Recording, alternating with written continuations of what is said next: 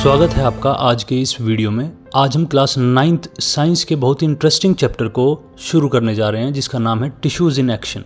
हमने पिछले ही chapter cell में पढ़ा था कि लाइफ की शुरुआत सिंगल सेल से हुई। वह सेल धीरे धीरे रेप्लिकेट और डिवाइड होते हुए बड़े कॉम्प्लेक्स ऑर्गेनिजम्स में बदल गया और वही सेल बार बार डिवाइड होता है और धीरे धीरे skin, muscles, bones, nerves, nervous system, इन सब चीज़ों को बनाता है। यह नेचर का इतना बड़ा मार्वल है कि साइंटिस्ट आज भी इसे समझने की कोशिश कर रहे हैं। आज के लेक्चर में हम बिल्कुल जीरो लेवल से समझेंगे कि प्लांट्स और एनिमल्स के टिश्यू कैसे काम करते हैं और दोनों के टिश्यू एक दूसरे से अलग कैसे होते हैं। आगे बढ़ने से पहले हम एक क्वेश्चन पर ध्यान देंगे, what is a tissue? Tissue क्या है? पिछले चैप्टर में हमने पढ़ा था कि सेल लाइफ का बेसिक बिल्डिंग ब्लॉक है। मान लीजिए एक यूनिसेल्युलर ऑर्गेनिज्म है जैसे अमीबा। उस बेचारे के पास एक ही सेल है। उस अकेली सेल को खाना भी पचाना है, सांस भी लेना है और वेस्ट मटेरियल बाहर भी निकालना है। लेकिन हमारे जैसे मल्टी सेल्युलर ऑर्गेनिज्म में ऐसा नहीं होता। यहाँ होता है डिवीजन ऑफ लेबर, जिसे हमने पिछले चैप्टर में भी पढ़ा था, यानी काम का बंटवारा। जैसे एक बड़ी कंपनी में हर काम के अलग अलग डिपार्टमेंट होते हैं, HR, फाइनेंस, मार्केटिंग, अकाउंटेंसी, वैसे ही हमारी बॉडी में भी सिमिलर स्ट्रक्चर और सिमिलर फंक्शन वाले सेल्स का एक ग्रुप बन जाता है। ऐसे ही ग्रुप को हम टिश्यू कहते हैं। जब कई टिश्यू मिलते हैं तब ऑर्गन बनता है, कई ऑर्गन मिलकर ऑर्गन सिस्टम, कई सारे ऑर्गन सिस्टम मिलकर एक पूरा ऑर्गेनिज्म। लेकिन ये सब तो हमने सेल वाले चैप्टर में भी पढ़ लिया था। तो फिर इस चैप्टर में नया क्या है? इस चैप्टर में नया है कि अब एक बड़ा सवाल हमारे सामने आया है, why are plant and animal tissues different? Plant और एनिमल टिश्यू अलग अलग क्यों होते हैं? चलो एक सिंपल एग्जांपल लेते हैं। एक पेड़ को देखो, वह अपनी जगह पर फिक्स है और हमेशा फिक्स ही रहता है। उसे आंधी, तूफान, धूप सब झेलना है, इसीलिए उसे खड़े रहने के लिए मजबूती और सपोर्ट चाहिए। पेड़ अपना घर नहीं बना सकता या आंधी तूफान के समय कहीं बेसमेंट में छिप नहीं सकता। इसीलिए प्लांट के ज्यादातर टिश्यूज सपोर्टिव टिश्यू होते हैं और उनमें से कई तो डेड टिश्यूज होते हैं जिनमें थिक सेल वॉल होती है और यही रीजन है जो प्लांट्स को रिजिडिटी प्रोवाइड करती है। दूसरी तरफ एनिमल्स को खाने की तलाश में या फिर रहने की जगह के लिए यहाँ वहाँ भटकना पड़ता है, यानी वे लोकोमोशन करते हैं, घूमते हैं, चलते हैं, फिरते हैं। इसीलिए एनिमल सेल्स में सेल वॉल नहीं होती। अगर एनिमल सेल में भी सेल वॉल होती तो फिर ह्यूमंस या एनिमल्स भी प्लांट की तरह वहीं खड़े रहते, वे चल भी नहीं पाते। एनिमल सेल्स में सेल वॉल का एब्सेंस ही है जिससे उन्हें फ्लेक्सिबिलिटी मिलती है। अब हम जानते हैं कि अगर एनिमल चलेंगे तो उन्हें एनर्जी की रिक्वायरमेंट भी ज्यादा है। एनिमल को मूवमेंट के लिए ज्यादा एनर्जी चाहिए, इसीलिए उनके ज्यादातर टिश्यू लिविंग होते हैं और फंक्शनल होते हैं। जितने ज्यादा टिश्यू काम करेंगे उतनी ज्यादा एनर्जी प्रोड्यूस भी होगी और इसीलिए वो मूव भी कर पाएंगे। प्लांट्स अपना खाना खुद बनाते हैं जबकि एनिमल्स दूसरों से खाना लेकर डाइजेस्ट करते हैं और इसी वजह से दोनों के टिश्यूज का स्ट्रक्चर बिल्कुल अलग हो जाता है। और इसी बेस पर हमने टिश्यूज को दो पार्ट में डिवाइड किया है, प्लांट टिश्यूज और एनिमल टिश्यूज। चलिए अब फोकस करते हैं प्लांट टिश्यूज पर। आपने देखा होगा कि एक छोटा सा पौधा धीरे धीरे लंबा हो जाता है और उसकी टहनियां मोटी हो जाती हैं। तो आपने ध्यान दिया कि प्लांट्स में यह ग्रोथ कुछ खास जगहों पर ही क्यों होती है? क्योंकि प्लांट्स के पास होते हैं मेरिस्टेमेटिक टिश्यूज। ये ऐसे सेल्स का ग्रुप है जो पूरी लाइफ पागलों की तरह डिवाइड होते रहते हैं। इन्हें एक्टिवली डिवाइडिंग सेल्स कहेंगे। इनके सेल्स छोटे होते हैं, इनकी दीवारें यानी सेल वॉल्स बहुत बारीक पतली होती है और डेंस साइटोप्लाज्म होता है और न्यूक्लियस बहुत बड़ा। यानी मेरिस्टेमेटिक सेल्स के यानी मेरिस्टेमेटिक टिश्यूज के चार चीजों पर ध्यान देना होगा। एक्टिवली डिवाइडिंग सेल्स से बने होंगे, सेल वॉल बहुत पतली होगी, साइटोप्लाज्म बहुत गाढ़ा होगा और न्यूक्लियस बहुत बड़ा। और इन सब के पीछे कोई ना कोई रीजन रहा होगा जो हमारे लिए अभी इम्पोर्टेंट नहीं है। पर यहाँ से एक बहुत इंपॉर्टेंट एग्जाम का क्वेश्चन जरूर पूछा जाता है, why do meristematic cells lack vacuoles? यानी मेरिस्टेमेटिक टिश्यूज की सेल्स में वैक्यूल्स क्यों नहीं होते? इसका आंसर इसी सेल में ही छिपा है। हमने पिछले ही चैप्टर में पढ़ा था कि वैक्यूल्स का काम होता है खाना या फिर वेस्ट मटेरियल को स्टोर करना। इन सेल्स का काम स्टोर करना है ही नहीं, बल्कि ये लगातार डिवाइड होती रहती हैं और ग्रो करती रहती हैं और इसीलिए इन्हें वैक्यूल्स की जरूरत भी नहीं होती। चलिए अब मेरिस्टेमेटिक टिश्यूज के टाइप्स के बारे में पढ़ते हैं। पहला है एपिकल मेरिस्टेम। असल में वर्ड एपिकल एपेक्स वर्ड से आया है और एपेक्स का मतलब होता है चोटी या फिर टिप। टिप कोई ये होटल में टिप देने वाली टिप नहीं है। ये एपिकल मेरिस्टेम प्लांट्स के रूट्स या शूट्स की टिप्स में पाया जाता है। शूट यानी प्लांट के सबसे चोटी वाला पोर्शन और रूट यानी प्लांट्स का सबसे नीचे और टिप वाला पोर्शन। दोनों तरफ टिप ही होंगी प्लांट्स की, इसीलिए इसे कहते हैं एपिकल मेरिस्टेम। और इसका काम है प्लांट की लेंथ बढ़ाना। इसीलिए यह टॉप और बॉटम दोनों में होगा, क्योंकि प्लांट की हाइट के साथ साथ उसके रूट्स की डेप्थ भी बढ़नी चाहिए। इसलिए एपिकल मेरिस्टम उसके शूट और रूट दोनों में पाया जाता है। आप इस एपिकल मेरिस्टम का एक एक्सपेरिमेंट भी कर सकते हैं। अगर आप किसी प्याज को लें जिससे थोड़ी पत्तियां बाहर आ रही हैं और उसके शूट को काट दें, यानी उन पत्तियों को ही काट दें, उसकी चोटी काट दें, तो वो ग्रो नहीं हो पाएगी, क्योंकि हमने उसके एपिकल मेरिस्टम को ही उड़ा दिया। यानी हमने उन टिश्यूज को ही काट दिया जो ओनियन के प्लांट को बढ़ने में मदद कर सकते थे। अब मेरिस्टेमेटिक टिश्यू का दूसरा टाइप है लेटरल मेरिस्टम। यह मोस्टली स्टेम यानी तने और जड़ों के साइड्स में होता है। इसका काम होता है प्लांट की गिर्थ यानी चौड़ाई या मोटाई को बढ़ाना। जब आप किसी कटे हुए पेड़ को देखते होंगे तो उसमें आपको गोल गोल रिंग्स दिखाई देते होंगे। इन्हीं रिंग्स को हम एनुअल ग्रोथ रिंग्स भी कहते हैं, और इन्हीं रिंग्स को गिनकर हम पेड़ की एज का अंदाजा लगा सकते हैं कि यह पेड़ कितने साल का होगा। और इन्हीं रिंग्स को बनने का रीजन होता है लेटरल मेरिस्टम। जैसे जैसे लेटरल मेरिस्टम प्लांट की चौड़ाई बढ़ाता है, उसके अंदर रिंग्स के नंबर भी बढ़ते चले जाते हैं। यानी जैसे ही आपने पेड़ काटा तो उससे आपको पता चल जाएगा कि ये प्लांट कितना पुराना है। अब मेरिस्टेमेटिक टिश्यू का तीसरा टाइप है इंटरकैलरी मेरिस्टम। यह पत्तियों के बेस पर या फिर नोड्स के पास पाया जाता है। नोड्स, आपको लग रहा नोड्स क्या है? नोड्स है वो जोड़ जहां से ब्रांच निकलती है। अब इसका काम क्या है? आपने देखा होगा कि जब गाय, भैंस या बकरी घास खा जाती है या फिर आप लॉन में घास काट देते हैं तो वह फिर से बड़ी हो जाती है। तो आप कहोगे कि ये कोई मिरेकल नहीं है, बल्कि इसके पीछे इंटरकैलरी मेरिस्टम है जो कटी हुई जगह से नई ब्रांचेस और पत्तियों को उगाता है। तो हमने अब 3 तरह के मेरिस्टेमेटिक टिश्यूज पढ़े: एपिकल मेरिस्टम, लेटरल मेरिस्टम और इंटरकैलरी मेरिस्टम। अब सोचो कि अगर ये मेरिस्टम सेल्स लगातार डिवाइड होते रहेंगे तो क्या ये हमेशा ही डिवाइड होते रहेंगे? अगर ऐसा होता तो फिर प्लांट्स शायद इतने बड़े हो जाते कि स्पेस तक ही चले जाते और इंसानों और जानवरों को रहने के लिए इस अर्थ पे जगह ही नहीं बचती। यानी इनकी भी कोई लिमिट है, ये भी किसी लिमिट तक ही बढ़ सकते हैं। एक टाइम आता है जब कुछ सेल्स डिवाइड होना बंद कर देती हैं और एक फिक्स शेप, साइज या स्पेशल काम चुन लेती हैं, और इसी प्रोसेस को हम डिफरेंशिएशन कहते हैं। The process by which similar cells becomes specialized to perform specific functions and form different tissues, इसको हम differentiation कहते हैं। और differentiation के बाद ये मेरिस्टेमेटिक टिश्यूज बदल जाते हैं परमानेंट टिश्यूज में। लेकिन क्यों? क्योंकि differentiation के बाद कोई स्पेसिफिक काम दे दिया गया है इन हर एक टिश्यूज को। तो चलिए अब पढ़ते हैं हम परमानेंट टिश्यूज के बारे में, जो प्लांट टिश्यूज का सेकंड टाइप है।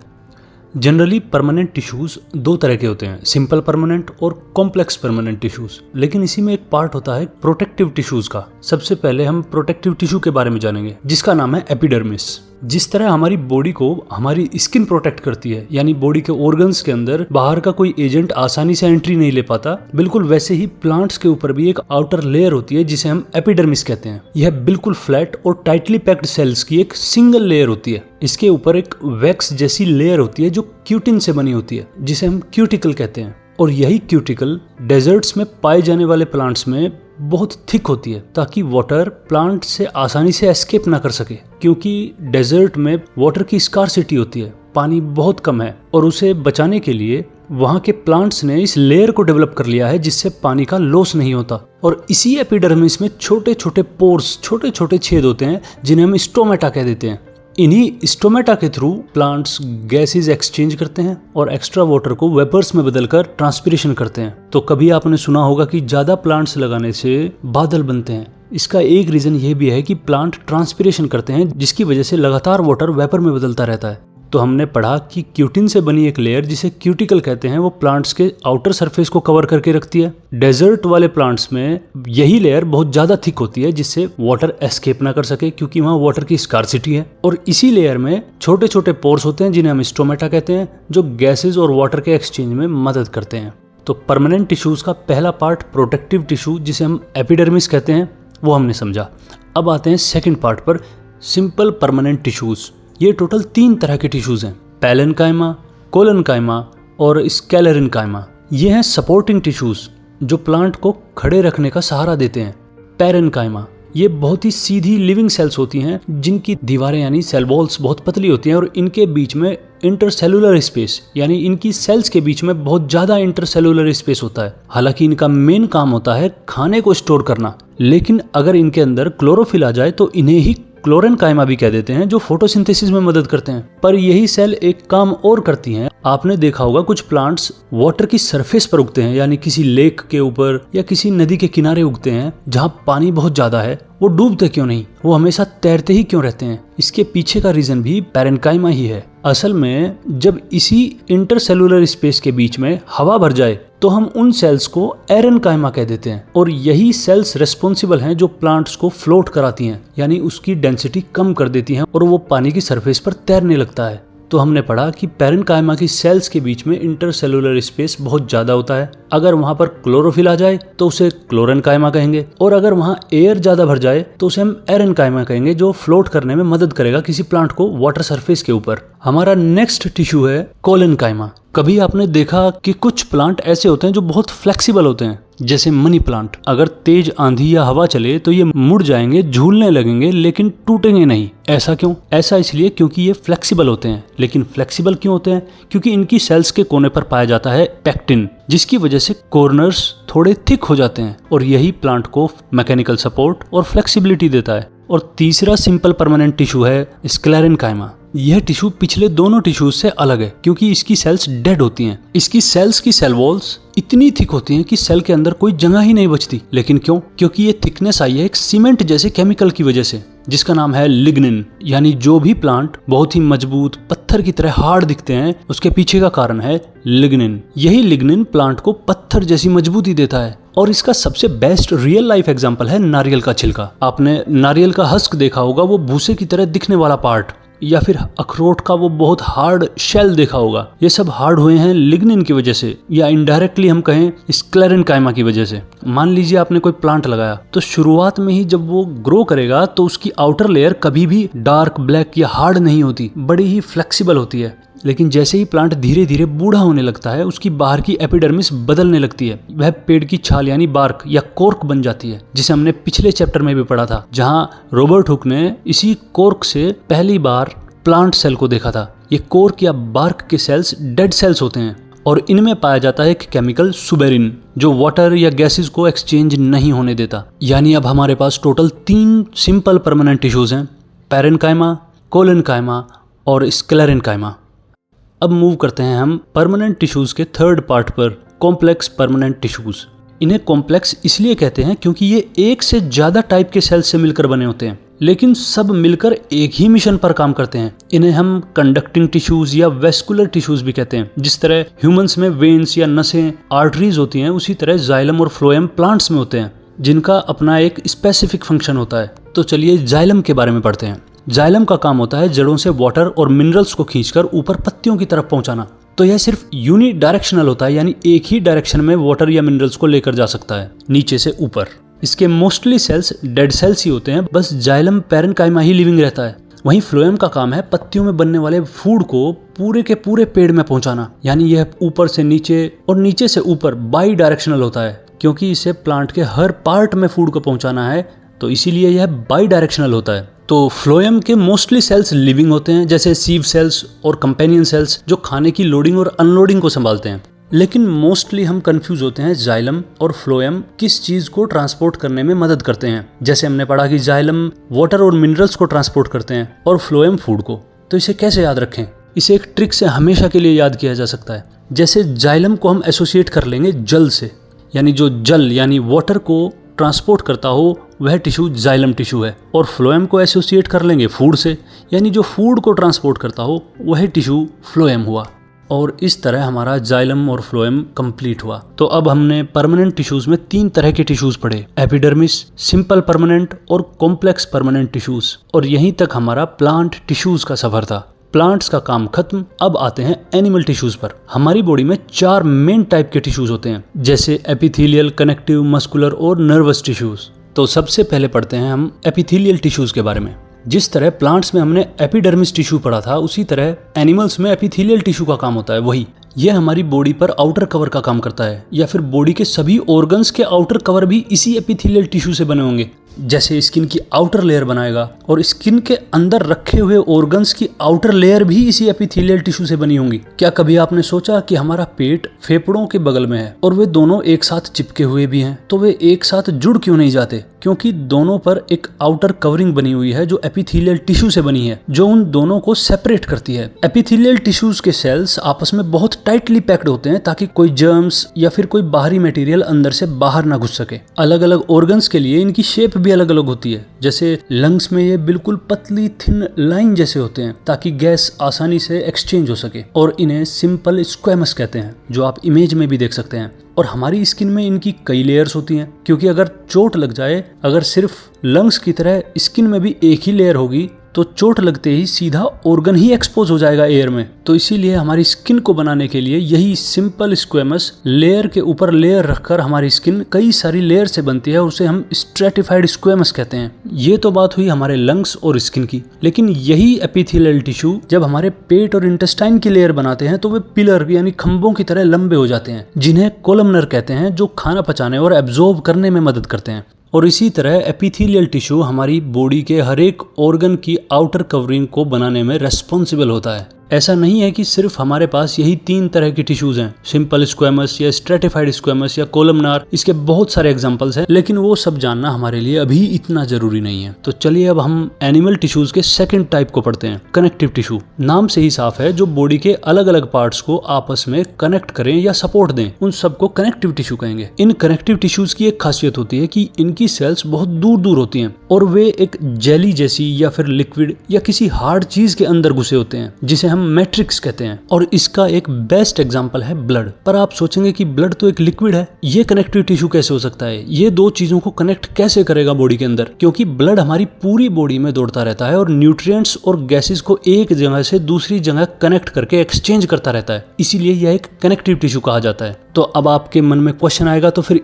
ब्लड का मैट्रिक्स क्या है? ब्लड का मैट्रिक्स होता है एक लाइट येलो कलर का प्लाज्मा, और उसी में आरबीसी यानी red blood cell, WBC white blood cell और प्लेटलेट्स तैर रही होती हैं और पूरी बॉडी में सर्कुलेट कर रही होती हैं। और दूसरा एग्जांपल है बोन्स, जो हमारी बॉडी को शेप देती है। इसका मैट्रिक्स बहुत हार्ड होता है, जो कैल्शियम और फास्फोरस से बना है, इसलिए हमारी हड्डियां बहुत मजबूत होती हैं। चलिए अब कुछ और कनेक्टिव टिश्यूज के बारे में समझते हैं, जिन्हें अक्सर हम कंफ्यूज कर लेते हैं। उसके लिए हमें इसके थर्ड एग्जांपल पर जाना होगा, कार्टिलेज। अगर आप अपने कान को पकड़ें यानी ईयर को पकड़ें या फिर नोज को टच करें और उसे पुश करें, तो आप पाएंगे कि ये आसानी से हिल डुल सकते हैं और इन्हें दबाया भी जा सकता है। यानी यहाँ कोई बोन की तरह कोई हार्ड मटेरियल तो प्रेजेंट बिल्कुल भी नहीं है, लेकिन ये सॉफ्ट भी नहीं है, क्योंकि इसने हमारे कान को शेप दे रखी है। अगर ये बोन नहीं है तो फिर ये है क्या? यह सॉफ्ट और फ्लेक्सिबल टिश्यू है, जिसे हम कार्टिलेज कहते हैं। और यही कार्टिलेज हमारी हड्डियों के जोड़ों के बीच में भी होता है, ताकि हमारी हड्डियां आपस में रगड़ न खाएं। यानी ये एक शोकर की तरह काम करता है। जिस तरह बाइक में 2 शोकर झटका लगने से बचाते हैं, उसी तरह कार्टिलेज हड्डियों के जोड़ पर शॉक एब्जॉर्ब करता है। यह थोड़ा बहुत शॉक एब्जॉर्ब कर लेता है, लेकिन इसका मतलब यह नहीं कि आप 6th फ्लोर से ही छलांग लगा दो और आप कहो कि हमारा तो शॉक एब्जॉर्ब हुआ ही नहीं कि घुटने निकल गए। ऐसा नहीं हो सकता। अब 2 टर्म्स बहुत इंपॉर्टेंट हैं, टेंडन्स और लिगामेंट। वे भी कनेक्टिव टिश्यू के ही एग्जांपल्स हैं। टेंडन्स का काम है मसल्स को बोन से जोड़कर रखना, और लिगामेंट का काम है बोन को दूसरी बोन से जोड़कर रखना। अगर टेंडन्स ना हो तो हमारी मसल एक तरफ इकट्ठा हो जाएंगी, और अगर लिगामेंट ना हो तो 2 हड्डियां जो जोड़ से जुड़ी हुई हैं वो निकलकर दूर भाग जाएंगी। अब आते हैं एनिमल टिश्यूज के थर्ड टाइप पर, मस्कुलर टिश्यू। हम जो हाथ हिलाते हैं, चलते हैं, या हमारी हार्ट बीट्स, ये सब मसल्स की वजह से होती हैं। यही मसल्स हमारी बॉडी में टोटल 3 तरह की हैं, स्केलेटल मसल्स या स्ट्रेटेड मसल्स, स्मूथ मसल्स और कार्डियक मसल्स। तो पहले स्केलेटल मसल्स के बारे में पढ़ते हैं, जिन्हें हम स्ट्रेटेड मसल्स भी कहते हैं। ये वे मसल्स हैं जिन्हें हम अपनी मर्जी से कंट्रोल कर सकते हैं, यानी वॉलंटरी मसल्स हैं। जैसे हमारे हाथ पैरों की मसल, जब हम चाहें तभी किसी को थप्पड़ मार सकते हैं, जब हम चाहें तभी फुटबॉल को किक कर सकते हैं, और इसी वजह से ये वॉलंटरी मसल्स हैं, यानी हमारी मर्जी से चलने वाली मसल्स। ये लंबी, सिलेंड्रिकल और बिना ब्रांच की ऐसी मसल्स होती हैं जो माइक्रोस्कोप में देखने पर लाइट और डार्क कलर की पट्टियां या धारियां जैसी दिखाई देती हैं, इसीलिए इन्हें स्ट्रेटेड मसल्स भी कहते हैं। इन मसल्स की खास बात यह है कि इनमें बहुत सारे न्यूक्लियस होते हैं, मल्टी न्यूक्लिएटेड होती हैं ये। दूसरी तरह की मसल्स हैं स्मूथ मसल्स। ये हमारी मर्जी से काम नहीं करती, यानी इनवॉलेंट्री होती हैं। तो अब आप कहोगे कि क्या हमारी बॉडी में ऐसी कोई चीज भी पॉसिबल है जो अपनी मर्जी से काम ना करे? बिल्कुल है। जैसे हमारे स्टमक या इंटेस्टाइन में खाने को आगे बढ़ाने वाली मसल्स, उन पर हमारा कंट्रोल नहीं। ऐसा नहीं है कि जब हम चाहें तब खाना आगे बढ़ेगा और जब हम ना चाहें तब खाना आगे नहीं बढ़ेगा। इन मसल्स के सेल्स स्पिंडल शेप के होते हैं। स्पिंडल यानी दोनों कोनों से बहुत पतले पतले, और इनमें कोई धारियां भी नहीं होती। तीसरी तरह की हमारी बॉडी की मसल्स हैं कार्डियक मसल्स। आपने इससे मिलता जुलता एक और वर्ड सुना होगा कभी, कार्डियक अरेस्ट। जब भी कभी कहीं कार्डियक वर्ड आ जाए तो समझ लो कि हार्ट की बात की गई है। इसीलिए कार्डियक मसल्स सिर्फ हार्ट में ही पाई जाती हैं। ये मसल्स भी इनवॉलंटरी मसल्स ही हैं, यानी अपनी मर्जी से काम करती हैं, हमारी मर्जी से नहीं। आप कभी भी ऐसा नहीं कर सकते कि आप चाहो तो हार्ट को रोक लो, क्योंकि ये वॉलंटरी नहीं है। ये लगातार अपनी मर्जी से काम करेंगी। इनवॉलंटरी मसल्स हैं, ये सिलेंड्रिकल और ब्रांच शेप की होती हैं। इनकी सबसे बड़ी सुपर पावर यह है कि ये बिना थके बिना रुके जब हम बर्थ लेते हैं और तब जब तक हम डेड नहीं हो जाते तब तक लगातार धड़कती रहती हैं और एक ही रिदम में धड़कती हैं। तो हमने इन 3 तरह की मसल्स के बारे में जाना, स्केलेटल, स्मूथ और कार्डियक मसल्स। इनकी शेप्स आप फिगर में देख सकते हैं। अब एनिमल टिश्यू का आखिरी टाइप है, यानी 4th टाइप है नर्वस टिश्यू। आपने देखा होगा कि जैसे हमारे घरों में बिजली के तार होते हैं जो सिग्नल्स को या करंट को एक जगह से दूसरी जगह ले जाते हैं, उसी तरह हमारी पूरी बॉडी में भी कंट्रोल और कोऑर्डिनेशन के लिए एक नेटवर्क बिछा हुआ है और उस नेटवर्क को नर्वस टिश्यू संभालता है। हमारा दिमाग और स्पाइनल कोड इसी से बनी हुई है। इसके स्पेशल शेल्स को हम न्यूरॉन या नर्व सेल कहते हैं। इस फिगर में आप न्यूरॉन का पूरा स्ट्रक्चर देख सकते हैं जो किसी ट्री की ब्रांचेस की तरह दिखाई दे रहा होगा। चलिए इस न्यूरॉन के पार्ट्स को थोड़ा जान लेते हैं। इसमें अलग अलग पार्ट्स हैं, जैसे सेल बॉडी, डेंड्राइट्स, एक्सियॉन्स या एक्सियॉन टर्मिनल्स। इसके मेन पार्ट को सेल बॉडी कहते हैं, जिसमें न्यूक्लियस प्रेजेंट है और इसके ऊपर जो थ्रेड जैसी ब्रांचेस निकली हुई हैं उन्हें डेंड्राइट्स कहते हैं। यही डेंड्राइट्स सिग्नल को रिसीव करने के लिए काम आते हैं और जो ये लंबी पूंछ बाहर निकली हुई है उसे एक्सियॉन कहते हैं। यही एक्सियॉन सिग्नल को आगे बढ़ाने में मदद करती है। और लास्ट में एक्सियॉन टर्मिनल जो सिग्नल को दूसरे न्यूरॉन तक पहुंचाता है और दूसरे न्यूरॉन के डेंड्राइट्स इस सिग्नल को फिर से रिसीव कर लेते हैं। अब आपके दिमाग में क्वेश्चन आ सकता है कि क्या नर्वस टिश्यू का सिर्फ यही काम है, सिग्नल को एक जगह से दूसरी जगह पहुंचाना? काम तो यही है, लेकिन बहुत इंपॉर्टेंट है, क्योंकि यही नर्वस टिश्यू मिलकर पूरा नर्वस सिस्टम तैयार करता है जो हमारे मस्कुलोस्केलेटल सिस्टम को सिग्नल भेजता है, यानी हड्डियों और मसल्स के नेटवर्क को सिग्नल भेजता है, जिसकी वजह से हमारी बॉडी में कोई भी मूवमेंट पॉसिबल है। मान लीजिए आपके पीछे कुत्ता दौड़ने लगे और अगर न्यूरॉन्स ने काम करना बंद कर दिया, चाहे आपके पास कितनी भी मजबूत हड्डियां हों या कितनी भी मजबूत मसल्स हों, आप दौड़ नहीं पाएंगे। यानी न्यूरॉन सिग्नल भेजेंगे तभी आपका कोई बॉडी ऑर्गन मूव करेगा। तो यहाँ एंड होता है हमारे एनिमल टिश्यूज के टाइप्स का। अभी थोड़ी देर पहले हमने एक कनेक्टिव टिश्यू का टाइप पढ़ा था जिसे हम बोन्स कहते हैं, यानी हड्डियां। चलिए उन हड्डियों के जॉइंट्स के बारे में कुछ जानते हैं। Types of joints. हमारी हड्डियां आपस में जहां जुड़ती हैं उन्हें हम जॉइंट्स कहते हैं, जो टोटल 4 तरह के हैं: ball and socket joints, hinge joints, pivot joints और फिक्स्ड जॉइंट्स। चलिए एक एक करके चारों को समझते हैं। बॉल एंड सॉकेट जॉइंट, ये आप इस फिगर में भी देख पा रहे होगे, आपके शोल्डर का जॉइंट है। इसमें एक हड्डी का स्फेरिकल बॉल जैसा हिस्सा दूसरी हड्डी के कटोरी यानी बाउल जैसे हिस्से में फिट हो जाता है और इसका फायदा यह होता है कि जैसे ही कटोरी में किसी बॉल को रखकर हम घुमाते हैं तो वो किसी भी डायरेक्शन में मूव कर सकती है। आप अपने हाथ को शोल्डर वाले जॉइंट से चारों तरफ गोल गोल घुमा सकते हो, क्योंकि यह ऑल डायरेक्शनल मूवमेंट करता है। यानी वे सभी जॉइंट जिनमें बॉल और सॉकेट का यूज किया गया है वे चारों तरफ किसी भी डायरेक्शन में घूम सकते हैं। ये बॉडी का सबसे ज्यादा मूवमेंट करने वाला जॉइंट होता है। दूसरा जॉइंट है हिंज जॉइंट। यह जॉइंट बिल्कुल आपके गेट के जॉइंट जैसा होता है। गेट सिर्फ एक ही तरफ को खुल सकता है, चाहे तो अंदर को खुलेगा या फिर बाहर को खुलेगा। बिल्कुल वैसा ही एक जॉइंट होता है जिसे हम हिंज जॉइंट कहते हैं। और ध्यान दिया हो आपने, गेट के जॉइंट को भी हम हिंज ही कहते हैं, तो वहीं से वर्ड उठा है हिंज जॉइंट। ये जॉइंट पाया जाता है आपकी एल्बो या नीज यानी कोहनी और घुटने के अंदर पाया जाता है, जो सिर्फ एक ही डायरेक्शन में मूव कर सकता है। आपने देखा होगा कि आपके पैर का निचला भाग पीछे को मूव कर सकता है लेकिन आगे को नहीं, क्योंकि इसमें लगा हुआ है हिंज जॉइंट जो सिर्फ एक ही डायरेक्शन में मूव करने की फ्रीडम देता है। घुटने के ऊपर एक छोटी कटोरी जैसी हड्डी होती है जिसे हम नी कैप कहते हैं, जो इस जॉइंट को प्रोटेक्ट करके रखती है। Pivot joint. पिविट जॉइंट एक ऐसा जॉइंट होता है जिसमें एक हड्डी दूसरी हड्डी के चारों तरफ घूमती रहती है, जिसकी वजह से रोटेशनल मूवमेंट पॉसिबल है। आप अपनी गर्दन को लेफ्ट और राइट घुमा सकते हैं, ये पिविट जॉइंट की वजह से ही पॉसिबल है। और आप अपनी फोर आर्म को ट्विस्ट कर सकते हैं, वो भी पिविट जॉइंट की वजह से ही पॉसिबल हुआ। यह जॉइंट को नोब की तरह घूमने में मदद करता है। फोर्थ और लास्ट टाइप ऑफ जॉइंट है फिक्स्ड जॉइंट, यानी एक ऐसा जोड़ जो फिक्स है। आप कहोगे कि अगर जोड़ फिक्स ही है तो उस जोड़ की जरूरत ही क्या है अगर वो मूव ही नहीं कर रहा? बिल्कुल जरूरत है, और ऐसा जोड़ हमारी खोपड़ी में होता है, स्कल में। ये फिक्स्ड जॉइंट हमारी स्कल में आपस में जुड़े तो होते हैं लेकिन हिल नहीं सकते, जिस वजह से हमारा डेलिकेट ब्रेन इस स्कल के अंदर प्रोटेक्टेड यानी सेफ इन्वायरमेंट के अंदर सेफ रहता है। इसके अलावा यही फिक्स जॉइंट हमारी रिब केज में पाया जाता है, जिसमें टोटल 12 पेयर ऑफ बोन्स होती हैं जो फिक्स जॉइंट से जुड़ी हुई हैं। पर आप कहोगे कि इन रिब केजेस की क्या जरूरत है? असल में फिक्स जॉइंट वहां लगे हुए हैं जहां कोई ऑर्गन प्रोटेक्ट करना हो, जैसे ब्रेन। ब्रेन बहुत ही डेलिकेट ऑर्गन है, इसलिए उसके चारों तरफ एक प्रोटेक्टिव कवरिंग बनी हुई है बोन्स की, जो फिक्स जॉइंट से जुड़े हुए हैं। और दूसरे कुछ डेलिकेट ऑर्गन्स हैं जैसे हार्ट या हमारे लंग्स, बहुत ही नाजुक होते हैं दोनों। उन दोनों को प्रोटेक्ट करने के लिए एक हड्डियों का जाल बुना गया है जिसे रिब केज कहते हैं, और वे रिब केज इन्हीं फिक्स जॉइंट से जुड़े हुए हैं। अब हमारी हड्डियों में टोटल 4 तरह के जॉइंट्स थे जिन्हें हमने पढ़ा। बॉल एंड सॉकेट जॉइंट जो शोल्डर में पाया जाता है, हिंज जॉइंट जो एल्बो या नीज में पाया जाता है, पिवट जॉइंट जो नेक या रिस्ट में पाया जाता है, और फिक्स्ड जॉइंट जो स्कल और रिबकेज में पाया जाता है।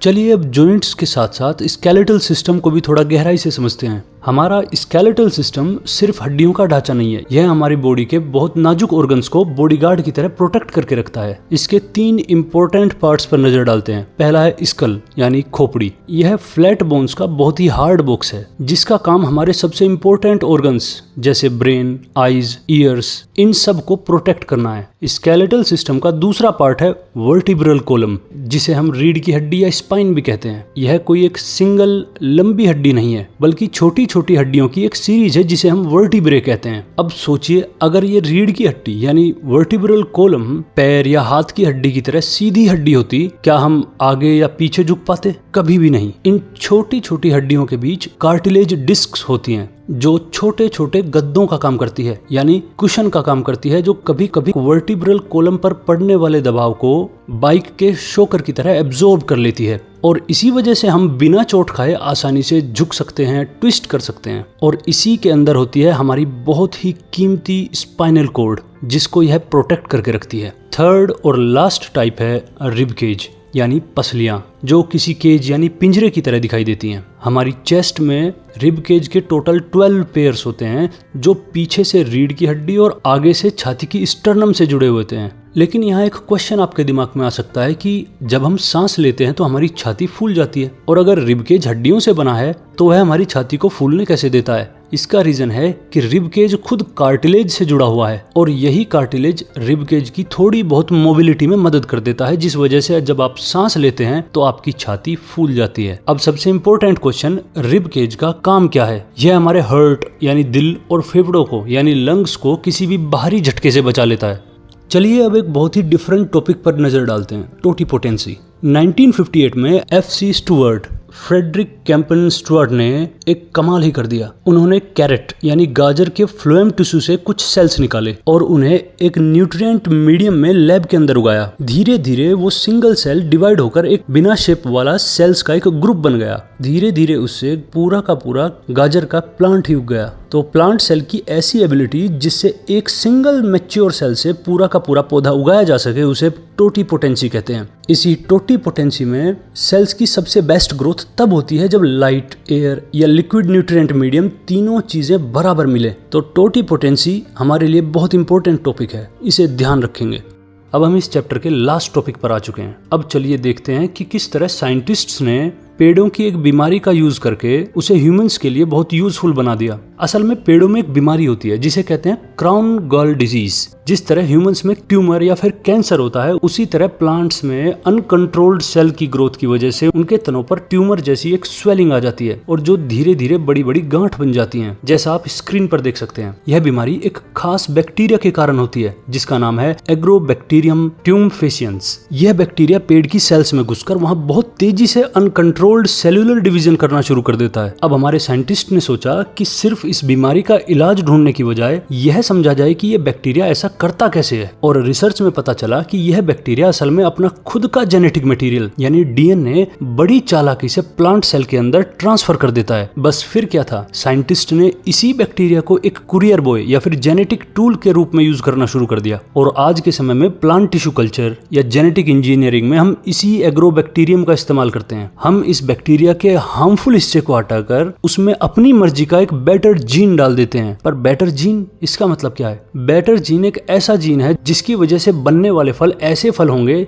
जिन्हें कीड़े नहीं खाएंगे। या फिर ये जीन ऐसा भी हो सकता है कि अगर किसी प्लांट पर 100 फल लगने वाले थे, उसी पर लगभग 500 फल लगना शुरू कर देंगे। यानी इससे हम ज्यादा फल देने वाला जीन भी इम्प्लांट कर सकते हैं और यह जीन डालकर हम इसी बैक्टीरिया को चुपचाप पेड़ के अंदर पहुंचा देते हैं। और इसी की मदद से आज हम बेहतरीन और डिजीज रेजिस्टेंस यानी बीमारियों से लड़ने वाली फसलों को तैयार कर पा रहे हैं।